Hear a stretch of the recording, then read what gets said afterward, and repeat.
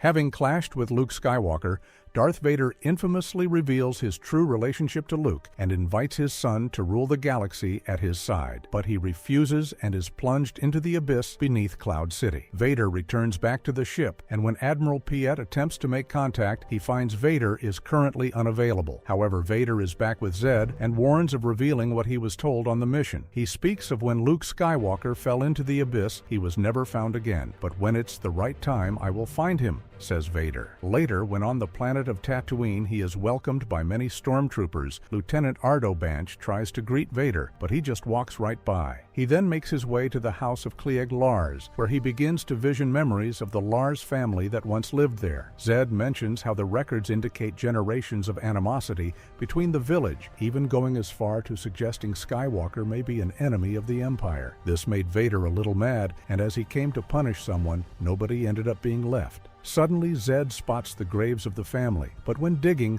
the ground started shaking, resulting in being attacked by local pirates who had mistook him for an Imperial ambassador. But to no surprise, Vader remained unfazed and walked it off like nothing happened. He then pulled down their ship using the Force, later massacring each of them one by one, and then leaving the scene while Zed questions if they are done yet. Except that journey had just begun, because when at Padmé's apartment on Coruscant, he found that the security recordings were missing, and there was a scout transmitter that would later bring him to Vendaxa. Upon arriving at the source of the transmitter, he found local fauna attacking a rebel cell, which included a Gungan and was led by one of Padmé's handmaidens. Vader points out that the similarities are so astonishing how she looks exactly like Padmé, but she claims she is the real Padmé Amidala. Shortly after, Vader uses his Force to neutralize Sabi, similar to Anakin's case in the past. He would continue his journey where he crossed paths with more local fauna which only reappears every 10 years. Seeing the similarities, Vader asks for her to reveal her true identity, which sought out to be Sabe, except she is wearing Padmé's face and speaking with her voice. Vader then fills her in on all the context leading up to this point, revealing that before Padmé's passing, she was stolen away, and whoever hid her betrayed the Empire. Enraged, Vader plans to take a team of troopers on a quest to revenge against everyone who hid Luke from him, especially given the fact each of them has a reason in wanting to make this mission happen. After destroying everything near,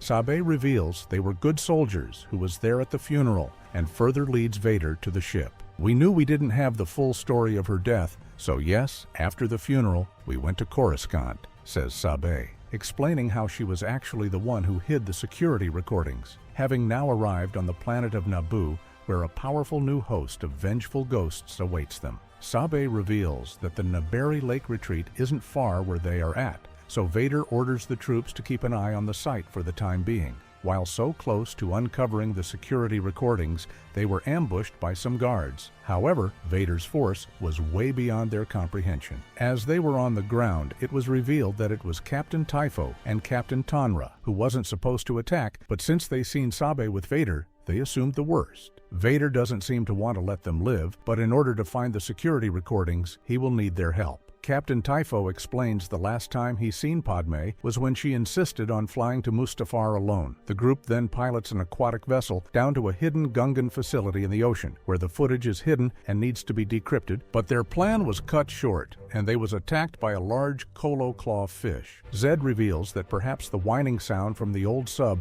may have triggered them, although it's rare to find them this close to the surface. At this point, I don't suppose it really matters, as both of the captains and Zed are being chased by this huge fish. Luckily for them, Darth Vader lights up his red lightsaber and slashes one of the beasts down the jaw. Just as the second one speeds in to eat him, he avoids it as part of a trap he laid. Instead, it chomps down on its fellow species and heads off, leaving them an opening escape to the Gungan facility. But Vader decides to snap and demands to know where the recordings are, which Zed gives him and shows the missing surveillance of Padmé's apartment. He also suggests that they were trained to deceive and demands for answers. So they reveal, when they later found out her last location, it was that of Vader's domain, accusing him of being responsible. As Vader begun to admit he was responsible, it was too late, and Sabe's crew orders Tonra to send a signal, and a Sando aqua monster comes into play, ready to chomp down on the facility.